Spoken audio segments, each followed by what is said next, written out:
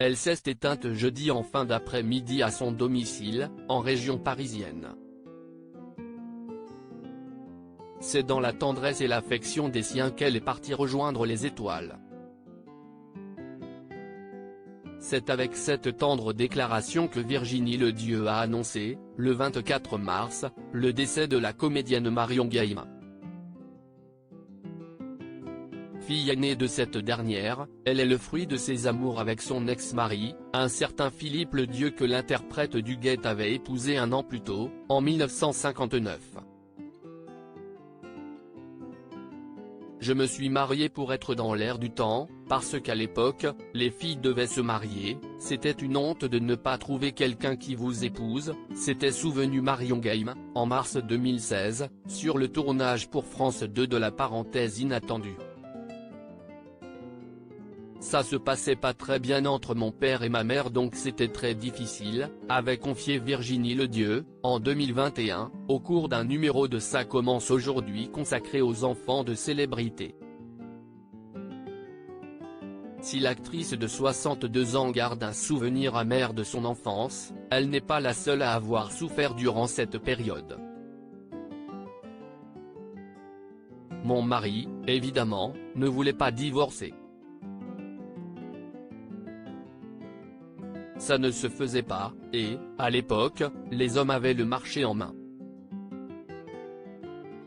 Nous, on ne pouvait pas obtenir le divorce, on appartenait à un homme et on ne pouvait pas s'en débarrasser comme ça. On n'avait pas le droit d'avoir un compte en banque et l'argent que tu gagnais, il fallait le mettre sur le compte du mari, avait, de son côté, rappelé sa mère lors de sa participation à l'émission de Frédéric Lopez.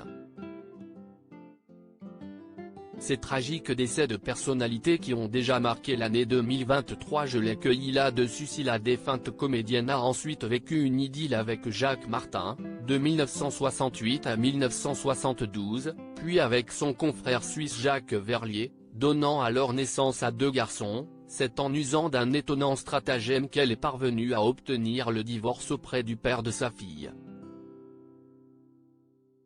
Il était un peu raciste donc je l'ai cueilli là-dessus, avait-elle raconté à Frédéric Lopez.